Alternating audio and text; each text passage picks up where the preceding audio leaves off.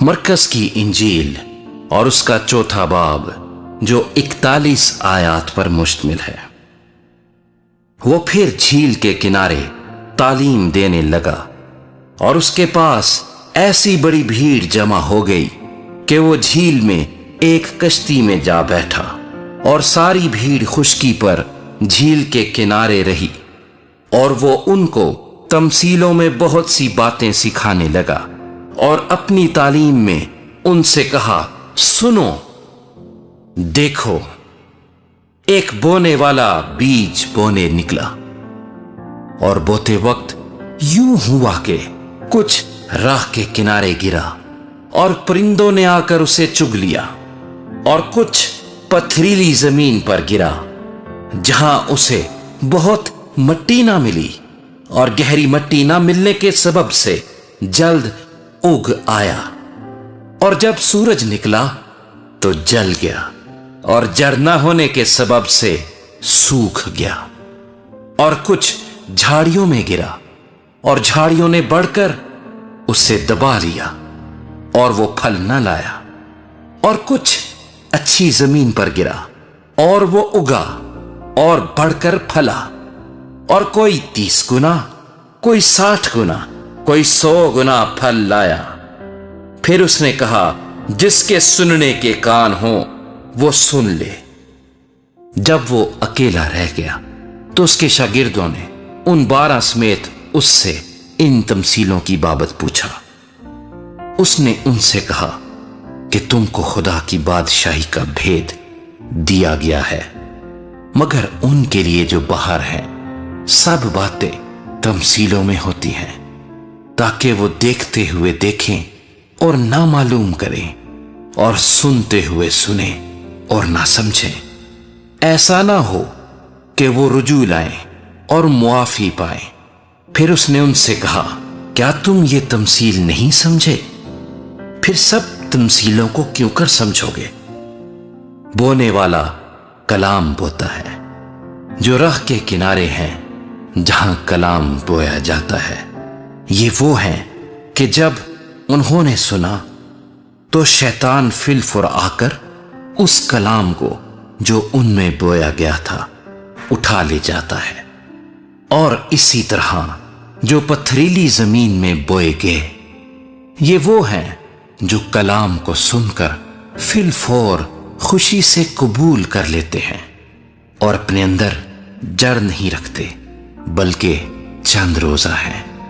फिर जब कलाम के सबब से मुसीबत या जुल्म बर्पा होता है तो फिलफौर ठोकर खाते हैं। और जो झाड़ियों में बोए गए वो और हैं, ये वो हैं जिन्होंने कलाम सुना और दुनिया की फिक्र और दौलत का फरेब और चीजों का लालच दाखिल होकर कलाम को दबा देते हैं और वो बेफल रह जाता है।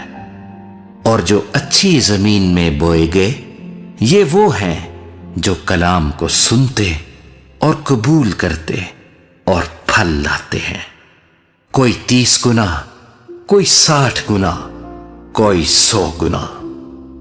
और उसने उनसे कहा, क्या चराग इसलिए लाते हैं कि पैमाना या पलंग के नीचे रखा जाए? क्या इसलिए नहीं कि चराग दान पर रखा जाए? क्योंकि कोई चीज छिपी नहीं, मगर इसलिए कि जाहिर हो जाए, और पोशीदा नहीं हुई, मगर इसलिए कि ज़हूर में आए। अगर किसी के सुनने के कान हो तो सुन ले। फिर उसने उनसे कहा, खबरदार रहो कि क्या सुनते हो।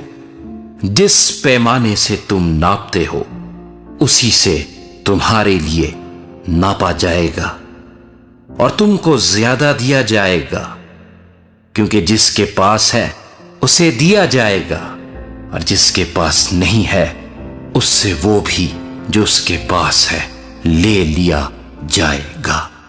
और उसने कहा, खुदा की बादशाही ऐसी है जैसे कोई आदमी जमीन में बीज डाले और रात को सोए और दिन को जागे, और वो बीज इस तरह उगे और बढ़े कि वो ना जाने زمین آپ سے آپ پھل لاتی ہے، پہلے پتی، پھر بالیں، پھر بالوں میں تیار دانے، پھر جب اناج پک چکا تو وہ فی الفور درانتی لگاتا ہے کیونکہ کاٹنے کا وقت آ پہنچا۔ پھر اس نے کہا کہ ہم خدا کی بادشاہی کو کس سے تشبیہ دیں اور کس تمثیل میں اسے بیان کریں؟ وہ رائی کے دانے کی مانند ہے کہ جب زمین میں بویا جاتا ہے تو زمین کے سب بیجوں سے چھوٹا ہوتا ہے، مگر جب بو دیا گیا تو اگ کر سب ترکاریوں سے بڑا ہو جاتا ہے اور ایسی بڑی ڈالیاں نکالتا ہے کہ ہوا کے پرندے اس کے سائے میں بسیرا کر سکتے ہیں۔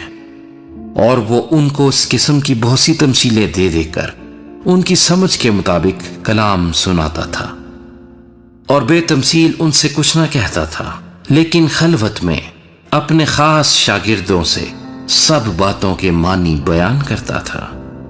اسی دن جب شام ہوئی تو اس نے ان سے کہا، آؤ پار چلیں، اور وہ بھیڑ کو چھوڑ کر اسے جس حال میں وہ تھا کشتی پر ساتھ لے چلے، اور اس کے ساتھ اور کشتیاں بھی تھیں۔